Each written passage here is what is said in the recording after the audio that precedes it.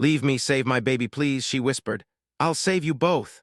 The outlaw shouted. The desert planet of Arkin Ridge looked endless under the burning sun. Red sand rolled like waves across the land. Sharp rocks stood like broken teeth. Small frontier towns were scattered far apart, built from metal scraps and old starship parts. People survived the way old cowboys once did on Earth, by courage, skill, and a little luck. Ryder Cole rode alone across that desert. His hoverhorse moved smoothly above the sand, its engine humming low. A long coat flowed behind him, dusty from many journeys. A wide hat shaded his face from the twin suns. People in the frontier towns called him an outlaw, but he did not rob banks or trouble simple folk. He took risky transport jobs. He delivered cargo across dangerous zones. He kept to himself. He trusted no one. Years ago, he had worked for the Galactic Rangers. Something had gone wrong on a mission far from Arkin Ridge. After that day, Ryder disappeared. He stopped wearing a badge. He stopped believing in big causes. He believed only in survival. That evening, the sky began to darken earlier than usual. Thick gray clouds rolled in from the west. Ryder narrowed his eyes. Storms on Arkin Ridge were not just wind and rain. They carried charged dust that could fry ship engines and blind travelers. He spotted the ruins of an old mining outpost ahead. Broken towers leaned sideways. Rusted metal walls were half buried in sand. It would offer some shelter. Ryder guided his hoverhorse toward the ruins. The wind picked up, carrying sharp grains of sand. As he reached the outpost, a loud boom split the sky. He looked up. A small transport ship tore through the clouds, trailing smoke and sparks. Its left engine was on fire. It spun wildly before crashing beyond the ridge, sending up a huge cloud of red dust. Ryder froze. Crashes meant trouble. Trouble meant choices. He could turn away. The storm was coming. Whoever was in that ship might already be dead. And if they were not, someone might be chasing them. He exhaled slowly. Then he turned his hoverhorse toward the crash site. The wind howled louder as he rode over the ridge. The transport ship had skidded across the sand, leaving a deep scar behind it. Metal panels were torn open. The cockpit window was cracked. Ryder jumped down and drew his pulse revolver. He moved carefully toward the wreck. Inside, sparks flashed from broken control panels. Smoke filled the cabin. Then he heard it, a weak cry, not mechanical. Not from a damaged system. A baby. Ryder's heart tightened for a moment, a feeling he did not like. He stepped inside the torn hull. A young woman lay against the wall, holding a small bundle close to her chest. Her dark hair was covered in dust. Blood stained her sleeve. Strange silver patterns glowed faintly along her skin like moving lines of light. Her eyes opened slowly when she saw him. "Please," she whispered, her voice shaking. "Leave me, save my baby." Ryder knelt beside her. The baby in her arms was wrapped tightly in a soft cloth. Its tiny face was peaceful despite the smoke and noise, but its eyes, when they opened, shimmered faintly blue. Ryder glanced outside. Through the rising dust, he saw lights in the distance. Hover drones, military grade, they were scanning the area. "Who's after you?" he asked quietly. The woman tried to sit up but winced in pain. "They can't take him," she said. "If they do, everything changes."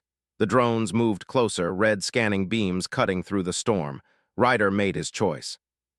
He gently took the baby from her arms and placed the child inside his coat to protect it from sand and wind. Then he helped the woman stand. "You're not staying here," he said firmly. "I'll save you both." The woman looked at him in surprise. Maybe she expected him to run. Outside, one of the drones spotted movement. A bright pulse shot toward the wreck. Ryder reacted fast. He grabbed the woman around the waist and leaped from the ship as it exploded behind them in a shower of sparks. The shockwave threw them onto the sand. The baby cried loudly now. Ryder shielded them with his body as dust covered everything. He whistled sharply. His hoverhorse sped toward him automatically. More drones appeared over the ridge. Ryder helped the woman onto the hoverhorse first, then climbed behind her. He secured the baby between them. "Hold tight," he said. The hoverhorse shot forward just as pulse fire struck the sand behind them. The storm grew stronger, helping hide them. Ryder steered toward a narrow canyon he knew well. The canyon twisted sharply, making it difficult for flying drones to follow closely. The woman leaned against him, barely conscious. "Name?" he asked over the roaring wind. "Lyra," she answered weakly. "I'm Ryder." She nodded slightly. A drone swooped low, firing again. Ryder pulled a small explosive charge from his belt and threw it behind them. It detonated in a burst of dust and light, disabling one drone. The others kept coming. They reached the canyon entrance. Ryder guided the hoverhorse into the tight passage. Rocks scraped the sides as they sped through the twisting path. The drones tried to follow, but the canyon was too narrow. One clipped a rock and exploded. The others pulled back, hovering outside. Ryder did not slow down. He rode deeper into the canyon until they reached a hidden cave entrance behind a jagged rock wall. He stopped inside the cave, finally safe from direct sight. The storm raged outside, hiding their tracks. Lyra slipped from the hoverhorse. Ryder caught her before she hit the ground. She was burning with fever. He laid her gently on a flat stone surface. The baby had stopped crying and now stared at him quietly.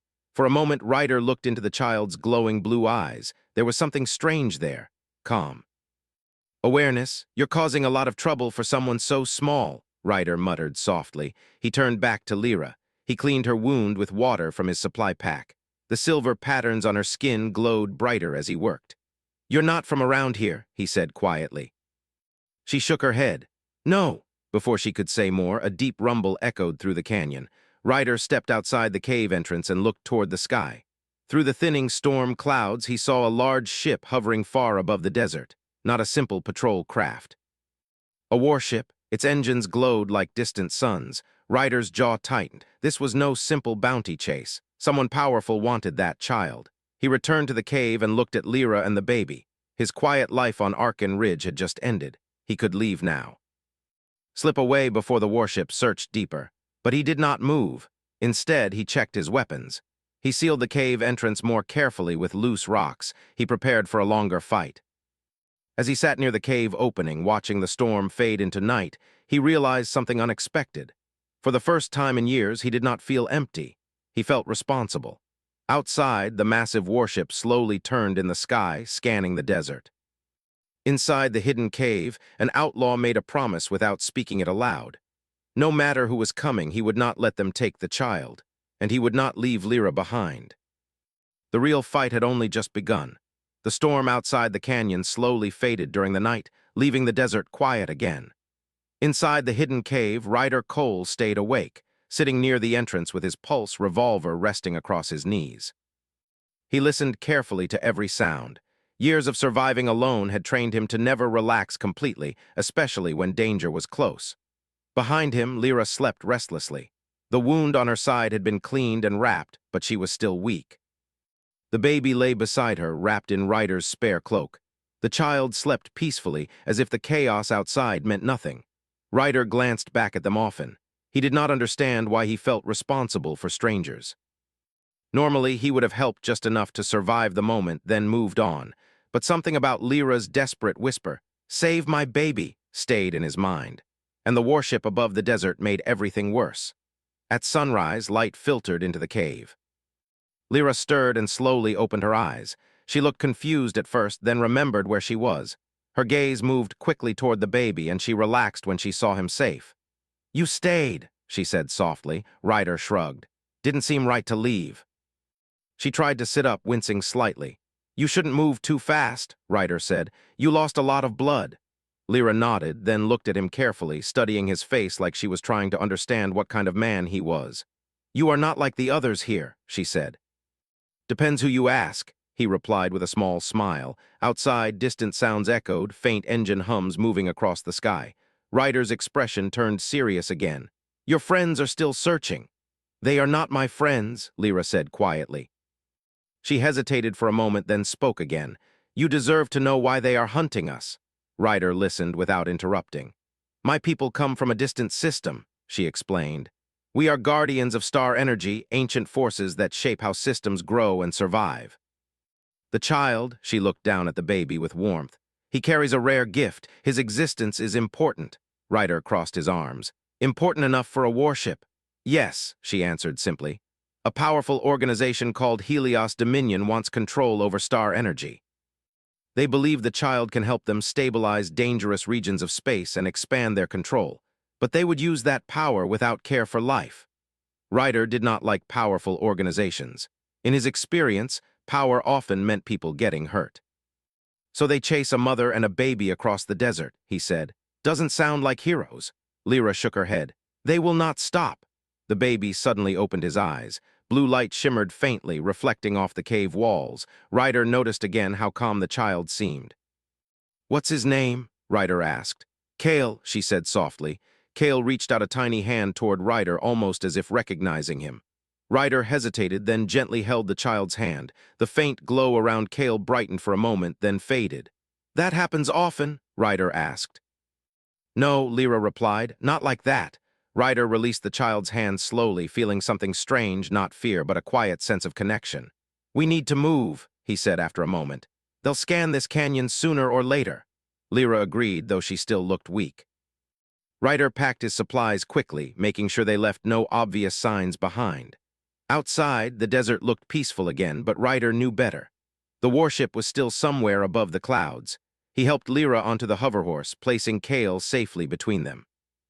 Then they rode deeper into the canyon system, taking routes known only to locals and outlaws. As they traveled, Ryder noticed something unusual. Cale seemed to watch the horizon with intense focus, even though he was only a baby. When Ryder adjusted direction, the child sometimes made soft sounds, almost guiding them. "You sure he's not telling us where to go?" Ryder joked lightly. Lyra smiled faintly. "He feels energy patterns. Maybe he senses danger." Hours later, they reached a small frontier settlement hidden between rock formations. The town was quiet, with only a few people walking between metal buildings. Ryder slowed down. "I know this place," he said. "Not friendly, but useful." They stopped near a supply shop run by an older mechanic named Tomas. Tomas looked up and recognized Ryder immediately. "Well," Tomas said, "didn't expect to see you again." "Need fuel and medical supplies," Ryder said calmly. Tomas noticed Lyra and the baby but did not ask questions. Outlaws understood silence. While Tomas prepared supplies, Ryder scanned the street carefully. Something felt wrong. People avoided eye contact. A patrol drone hovered near the town square. His instincts warned him. "Change of plans," Ryder whispered to Lyra. "We don't stay long." Too late. A loud announcement echoed through the town. "Attention! By order of Helios Dominion, all travelers remain where you are." Ryder's hand moved toward his weapon immediately. Armed mercenaries stepped into view from different corners of the street. The sheriff of the town walked beside them, his badge shining. "You picked the wrong place to hide," the sheriff said coldly. Ryder sighed. "Figured as much." He quickly pulled Lyra and Cale behind a metal barrier as pulse shots fired toward them. The peaceful town turned into chaos. Ryder fired back, precise and controlled. He shot at nearby fuel barrels, creating smoke to block enemy vision. Lyra tried to help despite her injury, holding Cale close while staying low. "We need an exit," she shouted. Ryder looked around quickly. A narrow alley led toward the canyon edge. "Follow me," he said. They ran through the smoke, Ryder covering their escape. A mercenary moved into their path, but Ryder knocked him down with a fast strike. They reached the hoverhorse just as more drones descended from above. Ryder activated the engine, and they shot forward, leaving the town behind. Pulse fire chased them across the sand. Lyra looked back, fear in her eyes. "They are everywhere." Ryder kept his focus ahead. "Then we stop running blind." "What do you mean?" He glanced at her. "Running forever won't work. We need a plan." The desert stretched wide before them. Behind them, enemy ships grew smaller but did not disappear. For the first time since meeting Lyra, Ryder began thinking not just about escape, but about fighting back. And deep inside, he knew his outlaw life had changed. He was no longer riding only for himself. The hoverhorse raced across the desert, kicking up clouds of red dust behind it. Ryder leaned forward, guiding it through narrow rock paths that only experienced riders would dare to use. The sun hung low in the sky, painting the land in shades of orange and gold. Behind them, distant engines hummed. The Helios Dominion forces were still searching. Lyra held Cale close, her eyes scanning the horizon with quiet worry. She was stronger than before, but the long escape had drained her energy. Ryder noticed how tightly she protected the child, always shielding him from wind and danger. They rode until nightfall before stopping near a cluster of tall rock pillars that rose like ancient guardians from the sand. Ryder dismounted first and checked the area carefully. Satisfied that no one was nearby, he helped Lyra down. "We rest here," he said. "Only for a few hours." Lyra nodded, grateful for the break. Ryder set up a small energy shield, barely visible, to hide their heat signatures from scanners. He had learned many tricks during his years as an outlaw, and tonight those skills kept them alive. Cale made soft sounds, watching the stars appear above them. The child's eyes reflected the starlight, glowing faintly again. "You said he carries star energy," Ryder said quietly while preparing food. "What exactly does that mean?" Lyra hesitated, as if choosing her words carefully. "My people believe that certain children are born connected to the balance of energy in the universe. Cale can sense instability in stars and planets. In time, he could help heal damaged worlds." Ryder raised an eyebrow. "Heal worlds? That sounds like something everyone would want." "Yes," Lyra replied softly. "But Helios Dominion does not want to heal. They want control. With Cale, they could force unstable systems to serve their expansion. Entire regions would become tools for power." Ryder stared into the distance, thinking. He had seen powerful groups before, always chasing control, always leaving broken places behind. "So running forever isn't an option," he said finally. "No," Lyra agreed. Silence settled between them, comfortable but heavy with thought. Later that night, Ryder stayed awake again, watching the desert. Memories from his past returned, missions with the Galactic Rangers, moments when he believed he could change things. He had walked away from that life after losing people he cared about. He told himself he was better alone, but now he was no longer alone. Before sunrise, Ryder woke Lyra gently. "Time to move." They traveled toward a canyon railway built long ago for mining transports. Rusted rails cut through the land like scars. Ryder slowed as they approached an abandoned station. "I know someone here," he said. "Maybe still alive, maybe not." Inside the station, dust covered everything. Old crates were stacked along the walls. Suddenly, a voice echoed from above. "Thought I recognized that engine sound." Ryder looked up and saw a tall man stepping down from a metal staircase. He had gray hair and a worn coat, but his eyes were sharp. "Dax," Ryder said, surprised. "Been a while," Dax replied with a small grin. "You look like trouble found you again?" "Something like that," Ryder explained quickly, leaving out unnecessary details but enough for Dax to understand the danger. Dax listened quietly, then looked at Lyra and Cale. "Helios Dominion," he muttered. "You picked a hard enemy." "We didn't pick them," Ryder said. "They picked us." Dax laughed softly. "Fair enough." He agreed to help, offering supplies and information. He also revealed that Helios Dominion had increased patrols across nearby regions. They were desperate. "They're bringing a commander soon," Dax warned. "Someone important." Ryder exchanged a glance with Lyra. They did not have much time. As they prepared to leave, engines roared outside. Dax cursed under his breath. "Too late, they tracked you." Mercenaries surrounded the station quickly, cutting off escape routes. Pulse fire struck the walls, sending sparks flying. Ryder moved fast, guiding Lyra and Cale behind cover. He returned fire with precise shots, forcing the attackers to stay back. A tall figure stepped forward outside, wearing polished armor. The commander. His voice carried clearly. "Ryder Cole, you have a reputation for survival. I offer you a chance. Hand over the child and your past crimes disappear. Freedom, resources, anything you want." Ryder felt the weight of the offer. A clean record, a chance to start over without running. For a brief moment, he imagined walking away alone again. Then he looked at Lyra, holding Cale protectively. He remembered her whisper inside the crashed ship. "I'll save you both." Ryder stood up slightly, just enough to be heard. "No deal," he said, the commander sighed. "Unfortunate." The attack intensified. Ryder threw a smoke charge and signaled Dax. They used an old maintenance tunnel beneath the station, escaping as explosions shook the structure above them. They emerged near the canyon rails. Ryder activated the hoverhorse while Dax prepared an old rail cart.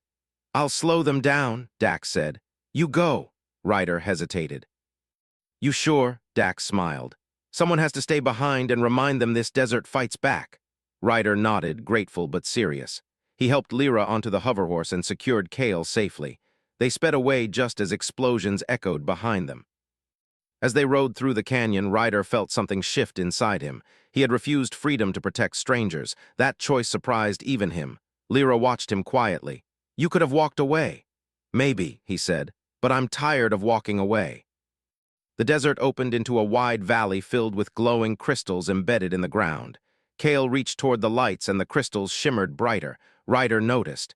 "He's reacting again." "Yes," Lyra said softly. "He feels energy around him." Ryder slowed the hoverhorse, watching the child carefully. For the first time, he understood how important Kale truly was, not just to Lyra, but maybe to the future of many worlds. Behind them, distant ships appeared again. The chase was not over. But Ryder no longer felt like a man running from his past. He felt like someone choosing a new path. And for the first time in years, he had a purpose worth fighting for. The desert wind moved slowly across the wide valley, carrying soft waves of red dust through the glowing crystal fields. Ryder guided the hoverhorse carefully between the tall formations, keeping one eye on the horizon. Behind them, small shapes of enemy ships grew larger against the sky. Helios Dominion had not stopped chasing them. Lyra held Kale close, whispering softly to calm him. The child seemed aware of the danger, his small hands gripping her clothing while his eyes shimmered faintly with blue light. "We cannot keep running forever," she said quietly. Ryder nodded. He had already reached the same conclusion. Every escape only bought them a little more time. Eventually, the warship and its soldiers would corner them. "There's one place left," Ryder said after a moment. "Old orbital station above this region, hidden, used by rebels long ago. If it still works, we might send a message to the Galactic Council." Lyra looked at him with hope. "If the truth reaches them, Helios Dominion will not be able to hide their actions." "Exactly," Ryder replied, "but getting there won't be easy." He turned the hoverhorse toward a distant mountain ridge. The path climbed sharply, filled with broken rocks and narrow turns. The enemy ships behind them descended lower, scanning the area with bright beams of light. Pulse fire struck the ground nearby, throwing dust into the air. Ryder increased speed. The hoverhorse climbed quickly, engines humming louder. They reached a hidden canyon entrance between two giant rock walls. Ryder guided them inside, weaving through tight passages. The canyon curved upward toward an ancient landing platform carved into the mountain. At the top, half buried in sand, stood the remains of an old elevator platform leading into the orbital station.